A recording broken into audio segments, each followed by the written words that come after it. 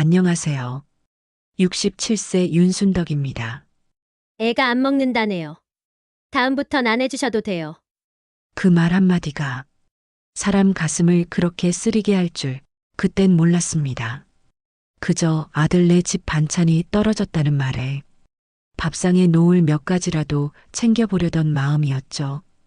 오랜만에 장을 보고 묵은 김치에 고기 몇 점 얹어 볶고 손주가 좋아한다던 계란장 조림까지 힘든 줄도 모르고 그저 내가 해줄 수 있으니 해주자. 이런 마음뿐이었는데 말입니다. 그런데 말입니다. 그 반찬, 돌아오는 반응은 생각지도 못한 차가움이었습니다. 말뿐이 아니었습니다. 반찬통을 돌려받은 날, 뚜껑 하나 제대로 닫히지 않은 채 곰팡이 냄새. 이건 사람이 먹는 음식이 아니에요라는 듯한 태도. 그 순간 깨달았습니다. 정성으로 만든 반찬이 아니라 그들에게 나는 귀찮은 시어머니가 되어 있었구나. 하지만 이 이야기는 단순한 서운함에서 끝나지 않았습니다. 어떤 일이 벌어졌는지 아십니까?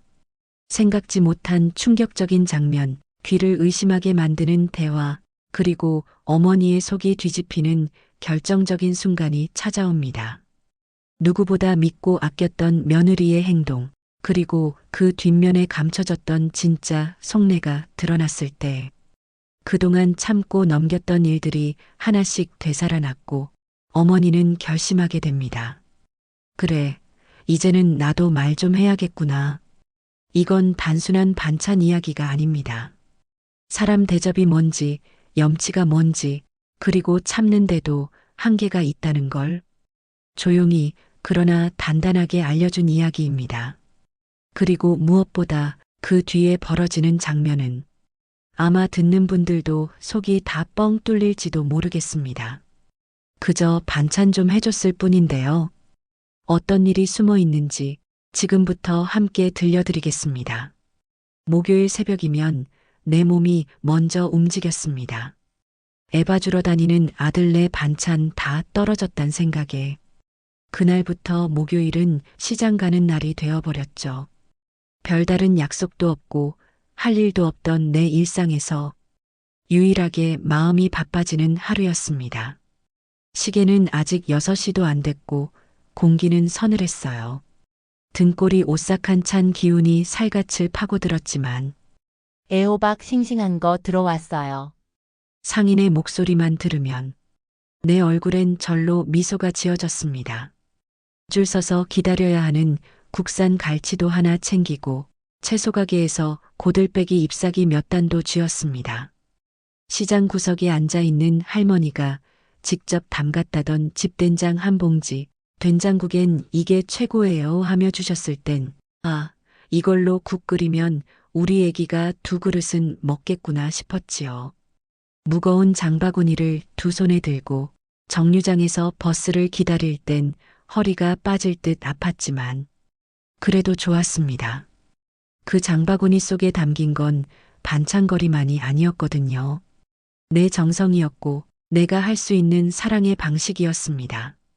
집에 오면 얼른 앞치마 두르고 시작했지요. 묵은 김치는 쫑쫑 썰어 돼지고기랑 볶아 찌개를 만들고 달걀은 반숙으로 삶아 간장 양념에 졸입니다. 그 작은 냄비에선 간장 향이 퍼지고 손주가 좋아하는 장조림까지 보글보글 끓이고 있으면 마치 내 인생이 뭔가 보람있게 돌아가고 있는 것 같았어요. 플라스틱 반찬통에 하나하나 담고 라벨은 따로 없지만 먹는 사람이 헷갈리지 않게 테이프로 살짝 표시까지 했지요. 이건 안 맵다. 이건 데워서 먹어야 한다. 내 손글씨로 정성껏 남긴 말 한마디. 그렇게 다 싸놓고 나면 몸은 무너질 듯 힘들었지만 마음은 맑게 빛났습니다. 할머니, 반찬 맛있어. 손주의 그 말 한마디 들으려고 나는 또 목요일을 기다렸던 겁니다. 누가 시켜서도 아니고 누가 바라서도 아니고 그저 내가 해줄 수 있으니까. 그게 행복이었습니다. 그 시절엔 몰랐습니다. 그 정성이 언젠가 민폐가 될 줄은요. 그날도 여느 때처럼 반찬통 가지러 며느리네 아파트에 들렀습니다. 현관문 옆 신발장 위에 반찬통 몇 개가 놓여 있었는데 웬일인지 멀리서부터 이상한 냄새가 풍겨왔어요. 설마 했죠. 설마 내가 만든 음식을. 조심스럽게 첫 번째 통을 집어드는데 손끝에 느껴지는 끈적한 이물감에 깜짝 놀랐습니다. 뚜껑이 딱 붙어서 열리지 않았어요. 애호박 볶음을 넣었던 그 통, 막상 열어보니 그 안엔 곰팡이가 덕지덕지 피어 있었습니다.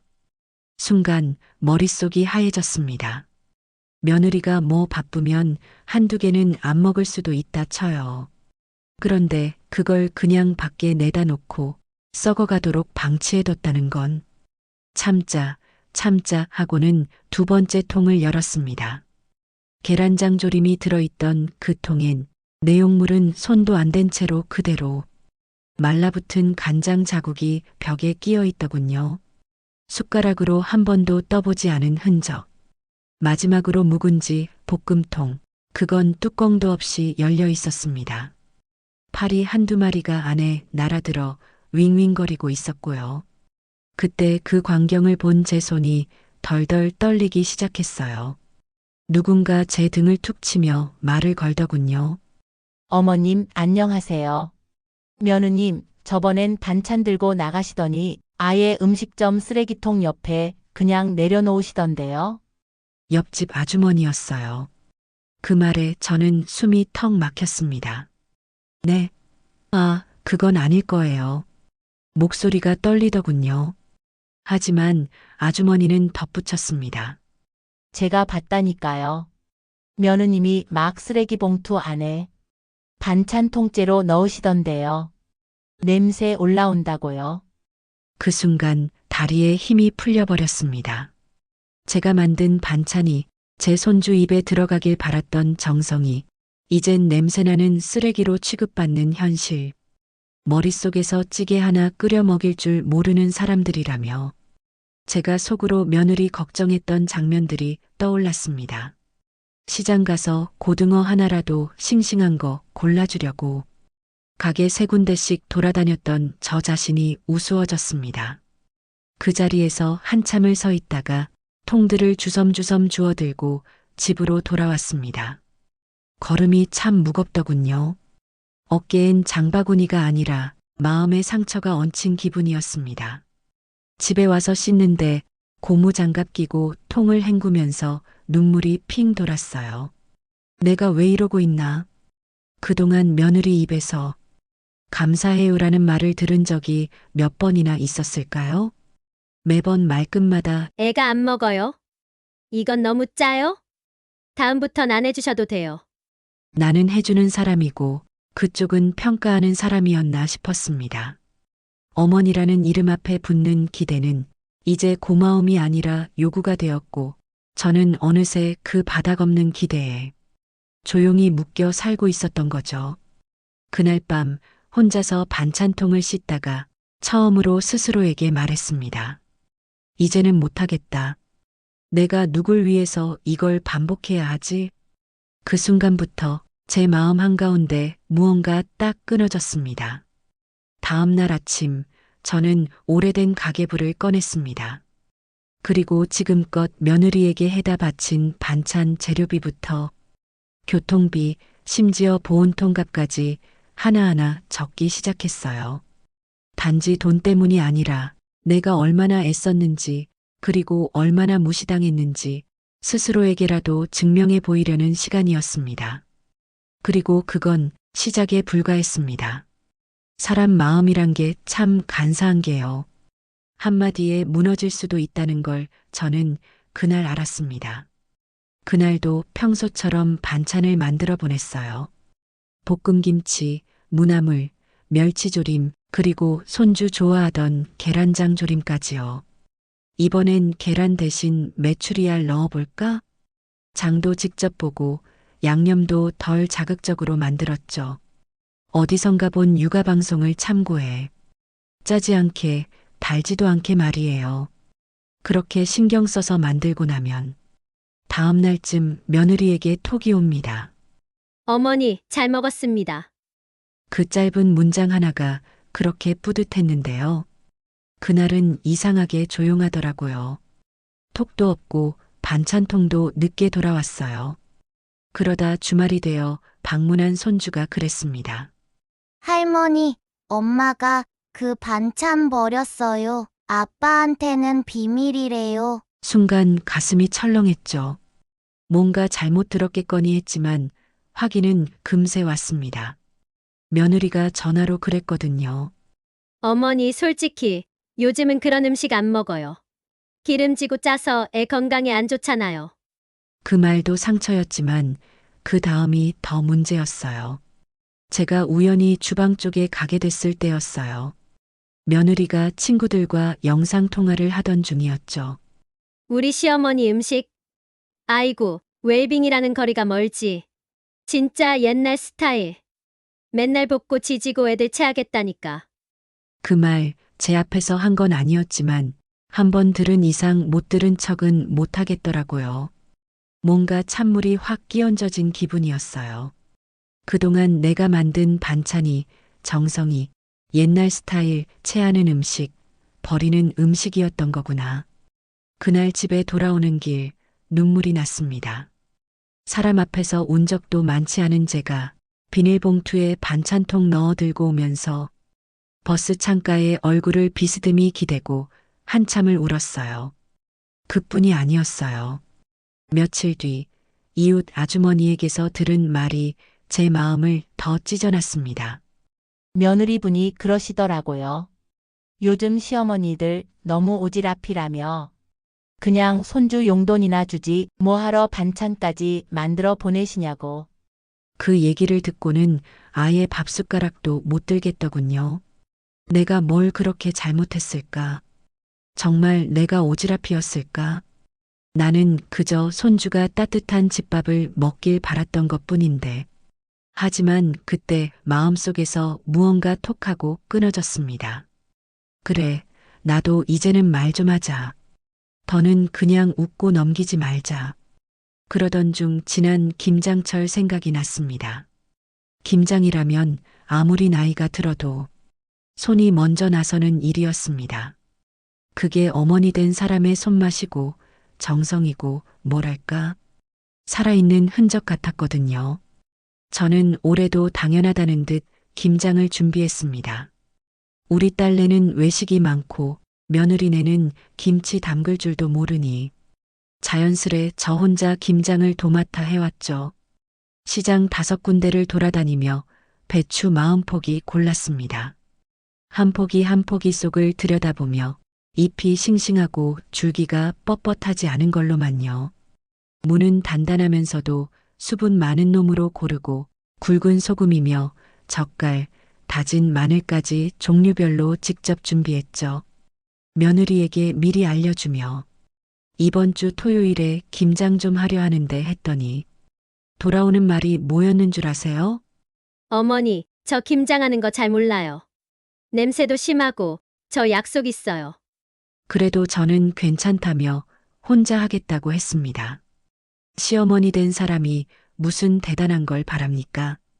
그냥 반찬 몇 가지 맛있게 챙겨주고 손주가 밥 한 공기 뚝딱 비우면 그걸로 됐지요. 그날 아침 배추 절여놓고 양념 준비하고 다듬고 버무리고 허리가 휘는 줄도 모르고 새벽부터 오후 늦게까지 김장만 했습니다. 집 안가득 퍼지는 젓갈 냄새에 저도 코를 찡그렸지만 그게 김장이지 뭐 향수 뿌리며 담그는 건 아니잖아요. 그런데요. 그날 며느리가 어쩐 일로 들렀어요. 아무 말도 없이 현관문 열고 들어오더니 주방 쪽으로 오더니 갑자기 문을 쾅 닫더라고요. 어머니, 김치 냄새 너무 심해요. 진짜 머리 아파요. 순간 손에 묻은 고춧가루보다 그 말이 더 따갑게 가슴을 긁었습니다. 내가 이 냄새 맡으면서 버무리고 무거운 양념통 옮기며 허리 굽혔는데 그 말 한마디에 가슴이 툭 하고 무너졌어요. 그런데 또 어찌나 아이러니한지 그렇게 냄새난다던 사람이 돌아갈 때는 김치통을 3단짜리로 챙겨갑디다. 심지어 김치 냉장고용 최고급 통으로 말이에요. 제가 사다 준 것도 아니고 며느리가 직접 사온 통을 들이밀며 말하더군요. 이건 김치 들어갈 전용통이에요. 여기에다가 싸주세요. 그 통에 김치를 담아주려고 주방으로 옮기는데 그 며느리 거실에서 또 친구랑 통화하더군요. 우리 시어머니는 김장은 잘하는데 옛날 방식이라 너무 자극적이야. 소금, 젓갈와 혓바닥 다트는 줄. 냄새도와 말도 마. 다 들렸습니다. 그냥 귀로 들은 게 아니라 가슴에 꽂혔습니다. 말끝마다 옛날 사람 구식 비위상한다는 단어가 묻어 있더군요.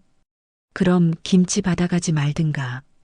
그 귀한 배추, 그 정성 들인 양념, 땀 뻘뻘 흘리며 담근 김치를 냄새난다 말하고도 당당하게 가져가는 그 모습에서 나는 뭘 위해 이 짓을 하나 싶었습니다. 그날 이후 저는 결심했어요. 내가 해주는 게 당연하지 않도록 그냥 하는 게 정이라는 말에 나를 소모하지 않겠다고요. 그날은 날이 부슬부슬 굳었습니다. 손주 데리러 가는 길이 괜히 더 축축하게 느껴졌던 것도 아마 그날 일이 있어서였나 봅니다. 유치원 교실 앞 문틈 사이로 아이들 웃음소리가 들릴 때마다 가슴이 뿌듯했어요. 그중 하나가 내 손주라는 생각만으로도 저는 힘이 났거든요. 비닐에 싸온 유자차 한 병이랑 손수 만든 감자전 몇 조각을 가방에 넣고 유치원 문 앞에 섰습니다. 할머님, 어서 오세요. 집에서 요즘 김장하셨죠? 김치 진짜 맛있다고 아이가 자랑 많이 했어요. 선생님이 그렇게 반겨주시기에 괜히 쑥스럽고 감사해서 활짝 웃었지요. 그런데 선생님이 덧붙인 한마디가 제 속을 괜히 뒤집어 놓았습니다. 며느리 분이 그러시더라고요. 친정에서 유기농 재료로 김장하셨다고? 아이도 외할머니 김치라 깨끗하고 맛있어요라고 했어요. 그 순간 제 손에 들린 감자전 봉지가 툭 하고 흔들렸습니다. 뭔가가 턱 밑까지 차오르는데도 웃는 얼굴을 그저 유지했어요. 아, 내 친정이 음식을 참 잘해요. 그렇게 말했죠. 하지만 돌아오는 길 유치원 정문을 나서는 발걸음이 왜 그렇게 무겁던지요. 내가 해준 김치를 친정 김치라 했다? 그건 단순한 오해일 수도 있어요. 그래, 순간 헷갈릴 수도 있지. 그런데 제가 직접 싸준 김치통, 거기 붙어 있는 마트용 테이프, 시장에서 산 고춧가루 비닐 하나하나 제 손에서 나간 걸 어떻게 모를 수가 있겠어요. 며느리는 그 김치 받으러 올 때 새 김치통까지 사와서 3통이나 가져갔거든요. 그러더니 유치원에선 친정 김치라고 김치가 중요한 게 아니라 제 존재를, 제 손맛을, 그 정성을 지워버렸다는 게 저를 투명 인간으로 만든 기분이었습니다. 손주를 데리고 집에 돌아와 냉장고 문을 여니 전날 싸놓은 반찬통이 그대로 남아있더군요. 갈치조림, 시래기 된장 무침, 두부 부침, 먹었는지 말았는지 알 수 없는 흔적들. 뚜껑엔 소스 자국만 덕지덕지 묻어 있었고 일부는 입도 안 댄 듯 그대로였습니다. 가만히 앉아 있으니 그동안 내가 며느리에게 해줬던 수많은 배려들이 도리어 나를 지워버리는 도구가 되었구나 싶었습니다. 그날 밤 며느리에게서 톡 하나가 도착했어요. 어머니, 김치 진짜 감사해요. 선생님들도 맛있다고 하시네요. 그리고 그 밑에 웃는 이모티콘 하나. 그래서 제가 답장했지요. 그럼 다음부터는 선생님들께 누가 담근 김치인지도 꼭 말해주겠니? 이모티콘 하나 없이요. 그 말이 돌처럼 느껴졌을까요? 한참을 익십하더니 아무 대꾸가 없더군요. 뭔가 뜨끔했는지 그 주 일요일엔 전혀 연락이 없었습니다. 그날 밤 저는 김치 담그며 찍어둔 사진들을 하나하나 꺼내 앨범으로 묶었습니다. 절이는 장면, 양념 비비는 손, 통에 담기 전 마지막 점검하는 장면. 그리고 첫 장에는 이런 메모를 남겼습니다. 2024년 겨울, 윤순덕의 정성이 담긴 김치. 잊히더라도 지워지지 않기를 바라는 마음으로. 내가 만든 음식은 잊힐 수 있어요. 하지만 내가 했던 정성과 사랑까지 아무렇지 않게 지워버리는 그 마음은 참을 수 없었습니다. 그날 밤 저는 침대에 누워도 눈을 감을 수가 없었습니다. 머릿속에선 자꾸만 그 말이 맴돌았습니다. 기름지고 짜서 요즘엔 안 먹어요.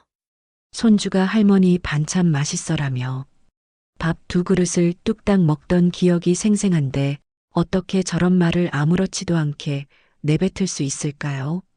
그 애가 좋아하는 장조림 만들려고 소고기 삶고 장 볼 땐 무거운 바구니 이고 다닌 시간이 다 떠오르더군요.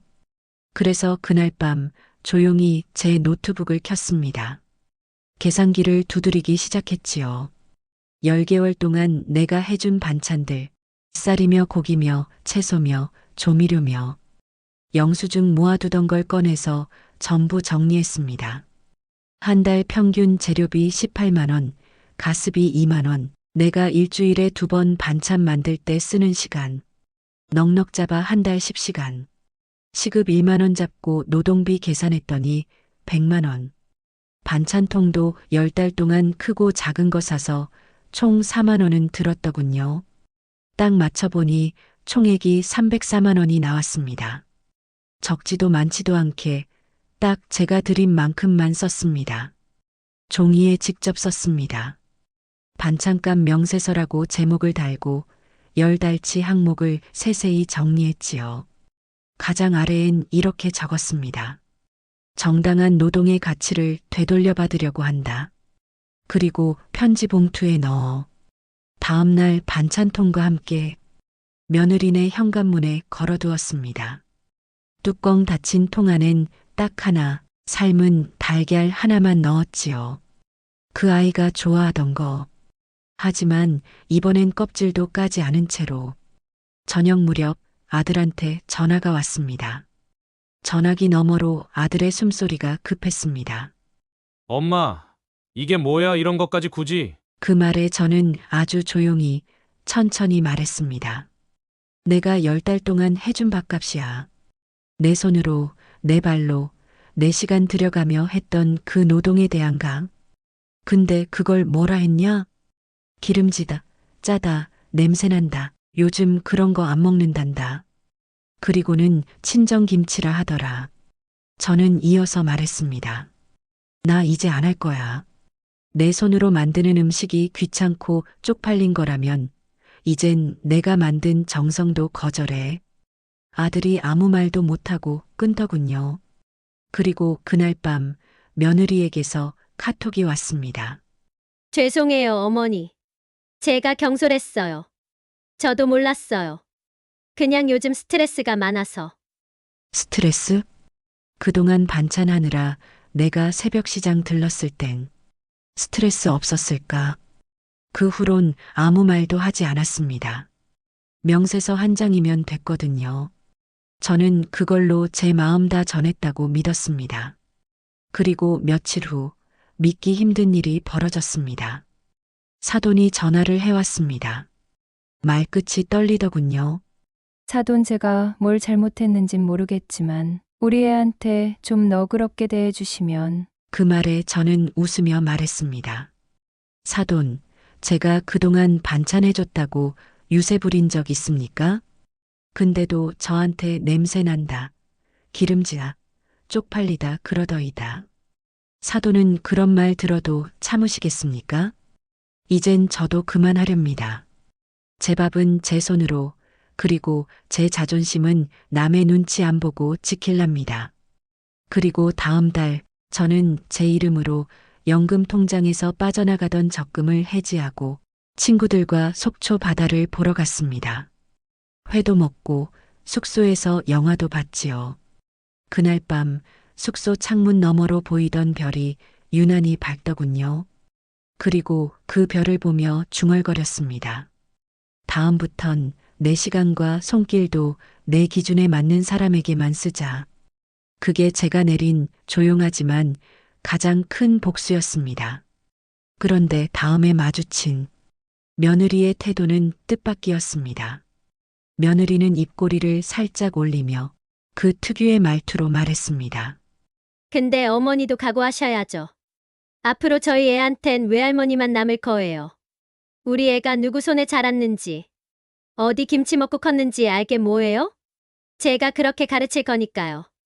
그 말이 얼마나 차가운 독처럼 가슴을 후벼 팠는지 나는 지금도 그 순간을 떠올리면 목이 막힙니다. 손주를 내 품에 안고 처음 할머니라고 불러줬던 그날이 생각났어요. 김치 한 조각에 밥 숟가락을 쥐던 아이의 눈빛, 그 웃음. 그게 다 없던 일처럼 된다는 거죠. 그러면서 또 그럽니다. 그리고요, 남편이랑 얘기했어요. 어머니한텐 아무것도 못 물려받는 걸로. 그게 우리 가족 지키는 길인 것 같아서요. 가족을 지킨다면서 가족을 잘라내는 말을 태어나게 하는 그 얼굴이 참 낯설었습니다. 저런 말이 입에서 나온다는 게 믿기지 않았습니다. 그것도 남의 자식, 남의 어머니에게서 아니라 내 아들 아내라는 사람 입에서. 아들은요? 멀뚱멀뚱 서 있었습니다. 여보, 그건 좀. 하면서도 입술을 깨물며 시선을 피하는 모습에서 저는 모든 걸 내려놓았습니다. 그건 말리는 게 아니었어요. 동조하는 거였죠. 나는 그 자리에서 더 이상 아무 말도 하지 않았습니다. 싸우지도 따지지도 않았어요. 대신 조용히 말했죠. 그 말 꼭 기억하자. 그 말에 며느리는 찡그리더니 다시 말을 잇더군요. 저 진심이에요. 이제 저희 가정에 어머니의 자리는 없을 거예요. 그래요. 나의 자리.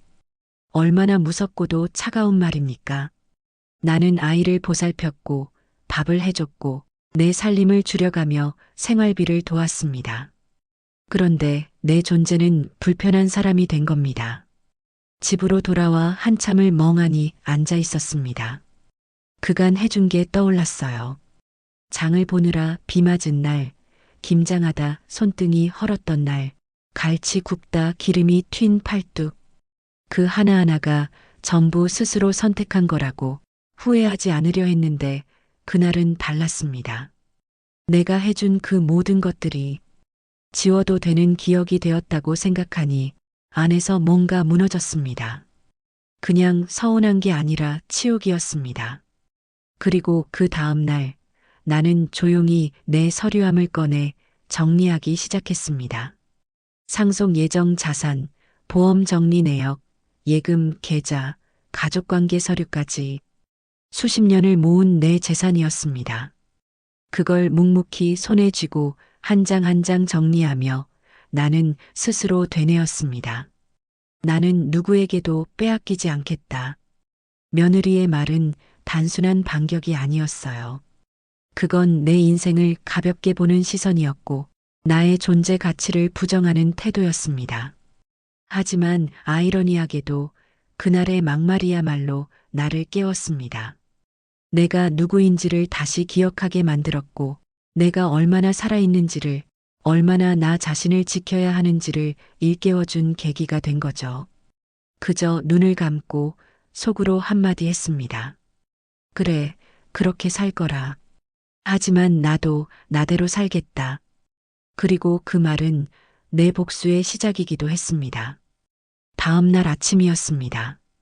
평소와 다름없이 커피 한 잔 내려놓고 베란다 창을 반쯤 열어 햇살을 맞이하고 있던 그때였습니다. 전화벨이 울렸습니다.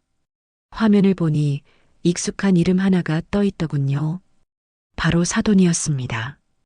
이 사람이 평소 전화 한 통 없던 사람인데 갑자기 웬일인가 싶어 받았죠. 그런데 수화기 너머로 들려오는 목소리는 평소의 건방진 톤이 아니었습니다. 사돈 제가 진짜 몰아드릴 말씀이 없습니다. 그 한마디에 어이가 없어서 말문이 막히더군요. 평소엔 눈도 마주치기 싫어했던 사람이 갑자기 죄인처럼 굽신대는 말투라니. 왜 그럴까 싶었는데 이어진 말이 가관이었습니다. 어제 우리 딸이 그런 말을 했다고 들었어요. 기가 막혀서요. 어떻게 시어머니께서 해주신 반찬을 그렇게 내치고 또 그런 말까지 할 수 있나요? 저도 어제 통화하면서 혼냈습니다. 그래요. 혼냈다는 그 말 전혀 믿음이 안 갔습니다. 이 사람이 언제부터 그런 양심이 있었는지. 하지만 난 애써 목소리를 낮추고 말했죠. 사돈, 반찬이야 제가 해서 준 거니까 그냥 그렇다 쳐요. 그런데요, 그걸 버리고도 모자라서 남들 앞에서 험담을 하고 아이한텐 외할머니 김치라고 하면서 제 존재를 지우려 했다는 건 사람이 할 짓은 아니죠. 수화기 너머에서 사돈이 자꾸만 연신 죄송하다고 말했지만 미안하다는 그 말도 결국 자식 감싸기 위한 명분에 불과해 보였습니다. 진심이었다면 이런 일이 생기기도 전에 자기가 나서서 사과했겠죠. 그리고요, 사돈. 어제 그 반찬 다 버리고도 김치통은 왜 3단짜리로 꼭 챙겨갔을까요? 냄새난다고 하던 사람 손엔 김치 잔뜩 챙겨가겠다고 김치통 들려 있었더라고요. 참 웃기죠. 잠시 침묵이 흘렀습니다. 사돈은 할 말이 없는 듯 가끔 그러게요. 제가 잘못했어요만 되풀이했죠. 그러더니 슬쩍 말을 돌립니다. 그래도 그 애한테 상처가 된 것 같아서요. 명세서 그런 건 좀 우리끼리 푸는 건 어떨까요? 그 말에 피식 웃음이 나왔습니다. 사돈, 우리끼리요? 그럼 버릴 땐 혼자 버리고 사과도 제대로 못 받았는데 뒤처리는 다 같이 한다는 말이네요. 지금껏 제가 한 노력은 인정도 못 받고 사돈은 꿀먹은 벙어리처럼 조용해졌습니다. 그 순간 저는 천천히 말을 이었죠. 제가 낳은 자식도 아니고 손주라고 해도 이제는 제가 다가갈 수 있는 위치가 아닌 것 같네요. 말 한마디면 가슴에 못 박는 사람들 앞에서 더는 고개 숙일 생각 없습니다. 사돈은 마지막으로 한숨 섞인 말만 남기고 전화를 끊었습니다. 알겠습니다. 사돈 말씀이 맞아요. 저희 딸한텐 제가 말 잘하겠습니다. 정말 죄송합니다. 전화를 끊고 나니 오히려 마음이 후련했습니다. 이 모든 사태가 결국은 진심 없는 관계에서 비롯된 것이란 걸 알았기 때문이죠. 그날 이후 사돈에게서 다시는 전화가 오지 않았습니다. 그리고 며느리도 한동안 연락이 없었죠. 침묵 속에서 모든 관계가 정리되어 가고 있었습니다. 나는 그 침묵이 고맙기까지 했습니다. 누가 시끄럽게 나를 흔들어대지도 않고 이제는 내가 나를 보호할 수 있는 방어막이 생긴 것 같았거든요. 그날 이후로 나는 반찬을 다시는 만들지 않았습니다. 대신 나를 위한 따뜻한 된장국 하나 끓여 먹으며 조용한 시간을 즐기기로 했습니다. 그렇게 나는 내 인생을 되찾아가고 있었습니다. 그날 오후 저는 가방 하나 들고 조용히 집을 나섰습니다. 발걸음은 무겁지 않았습니다. 오히려 오래도록 눌러뒀던 짐 하나를 내려놓는 기분이었죠. 은행부터 들렀습니다. 손주 앞으로 들어놓았던 보험 2개, 그 아이 대학 가면 써주려고 이름만 걸어놓은 적금 하나, 그 외에도 혹시 몰라 차곡차곡 쌓아두었던 펀드들. 이거 전부 해지해 주세요. 창구 직원이 2번을 되물었지만 저는 단호했습니다. 예, 전부요. 이유는 묻지 마세요. 제 결정이니까요. 그 다음엔 변호사 사무실로 향했습니다. 한때는 아들에게 물려줄 생각으로 준비했던 유언장을 그 자리에서 새로 썼습니다. 긴 말도 하지 않았습니다. 고심 끝에 적은 한 줄. 자식들에게 물려줄 것이 없다. 변호사도 처음엔 의아해했습니다. 혹시 가족분들과의 분쟁 때문이신가요? 저는 그저 고개를 한번 끄덕이고 말았습니다. 노후를 지키는 것도 인간 존엄을 지키는 것도 결국 자기 손으로 해야 한다. 그걸 요즘 들어 절절히 느끼고 있었으니까요. 며느리는 이 사실을 아마 며칠 뒤에 알게 된 듯 했습니다. 어디서 들었는지 저녁 무렵 갑자기 전화가 걸려왔습니다. 목소리는 달랐습니다. 언제 그렇게 퉁명스러웠냐는 듯 아주 다급하고 낮은 목소리로 말이죠. 어머니, 제가 잘못했어요. 그땐 저도 너무 스트레스를 받다 보니까. 애가 안 먹는다고 한 것도 그냥 마실수였어요. 그때 반찬들 정말 맛있었어요. 계란장조림은 애도 다 먹었고요. 그리고 조금 있다가 이런 말도 덧붙였습니다. 그 아이 보험하고 예금은 혹시 다시 생각해 주실 수 없을까요? 애가 커서 알게 되면 상처받을까봐. 전 말없이 그 소리를 다 듣고 있었습니다. 그런데 이상하게도 아무런 감정이 들지 않았습니다. 분노도 슬픔도 미안함도 마음은 이미 거기서 멀어져 있었거든요. 한때는 그 애가 손에 물 묻힐까 걱정돼 반찬 하나도 조심스레 싸주고 아들 내외가 힘들까봐 쥐고 있던 적금도 기꺼이 해지하려던 마음이었는데 이젠 그런 마음조차 사치라는 걸 알게 됐습니다. 내 돈을 내가 사용하겠다는데 왜 손주가 상처받는다는 거니? 지금 좀 바빠서 끊는다. 그 말만 짧게 남기고 전화를 끊었습니다. 차단은 하지 않았습니다. 굳이 그러지 않아도 제 인생에서 그들은 더 이상 의무적으로 챙겨야 할 가족이 아니었기 때문이죠. 다음 날 집 앞에 누가 다녀간 듯 반찬통 2개가 놓여 있었습니다. 깨끗이 씻겨 있었지만 그 안에 든 것은 아무것도 없었습니다. 속이 빈 그 플라스틱 통이 마치 그들의 진심처럼 느껴졌습니다. 그래서 저는 그 위에 쪽지 한 장을 붙여 다시 내놓았습니다. 반찬은 이제 그만, 애정 없는 관계도 이제 그만. 그날 이후 저는 제 이름으로 된 통장만 챙깁니다. 손주를 위해 모았던 돈은 이제 제 여생을 위해 쓰기로 했습니다. 맛있는 밥집도 가보고 가고 싶었던 제주도도 친구와 예약했습니다. 혼자 여행 가면 심심하지 않겠냐는 말도 들었지만 혼자라는 게 이젠 더 이상 외로운 말이 아니게 되었거든요. 인생에서 제일 배신감 느끼는 순간은 돈 때문이 아니고 내 진심이 가벼운 취급받을 때입니다. 이제 저는 그런 취급을 받지 않기로 결심했습니다. 그게 제 인생에서 가장 건강하고 값진 상속이 아닐까 싶습니다. 며칠 후였습니다. 나는 몇 벌의 옷과 손때 묻은 가방 하나 들고 조용히 집을 나섰습니다. 정말 오랜만이었습니다. 누굴 위해서가 아니라 나를 위해 떠나는 여행이란 건 비행기 안에서 창밖을 보며 생각했습니다. 윤순덕, 너도 참 수고했다. 이제 좀 내 인생 살아도 돼. 제주에 도착하자마자 향한 곳은 올레시장. 복작복작한 사람들 사이로 서툰 걸음을 옮기며 나는 오래전 친정엄마 손잡고 시장 다니던 시절을 떠올렸습니다. 감귤이 주황빛으로 수북이 쌓여 있었고 한쪽에선 해녀 아주머니가 전복을 고르고 있었습니다. 나는 조심스레 다가가 물었습니다.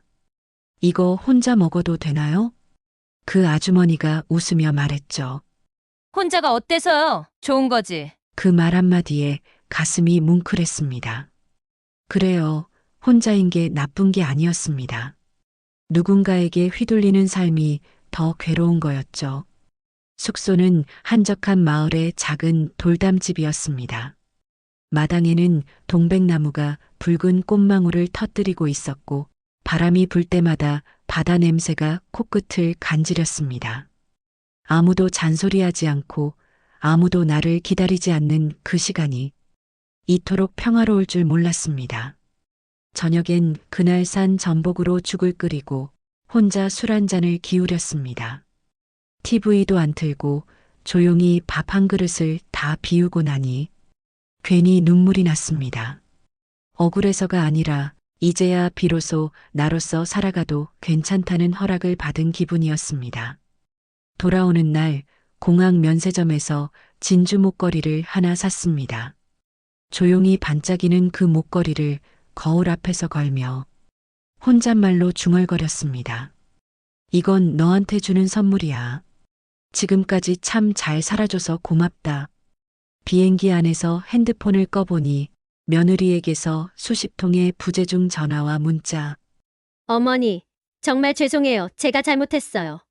정말 반성하고 있어요. 다시 얘기할 수 있을까요? 하지만 저는 더는 응답하지 않았습니다.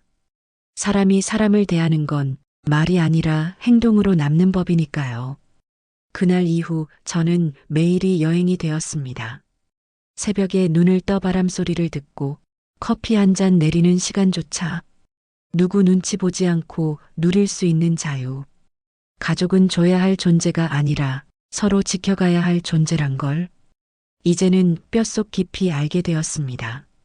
그리고 저는 더 이상 누구의 시어머니도 누구의 부엌일도 아닙니다. 그저 윤순덕, 이름 석자로도 충분한 사람입니다. 이제 저는 더는 반찬을 싸들고 누군가의 눈치를 보며 초인종을 누르지 않습니다. 매주 목요일마다 새벽장에 나서던 발걸음도 멈췄고 손주 입맛에 맞추려 머리 싸매던 레시피 메모장도 서랍 깊숙이 넣었습니다. 한동안 마음이 헛헛했지만 지금은 압니다. 내 정성이 아무리 진심이어도 받는 이가 그 가치를 모른다면 그건 내 몫이 아니라는 것을요. 누구에게나 참는 데는 한계가 있고 상처받고도 말없이 넘기던 사람이 결국엔 제일 무서운 법이라는 걸 제 며느리는 뒤늦게 알게 된 모양입니다. 하지만 저는 되돌아가지 않기로 했습니다. 그들이 잃어버린 건 반찬 몇 통이 아니라 함께 나누던 마음이었고 그 마음은 다시는 담가줄 수 없는 김치보다 더 귀한 거였으니까요. 이제 저는 저 자신을 위해 밥을 짓고 제가 좋아하는 음식으로 냉장고를 채웁니다. 그리고 아주 오래도록 잊고 살았던 그 말을 되뇌입니다.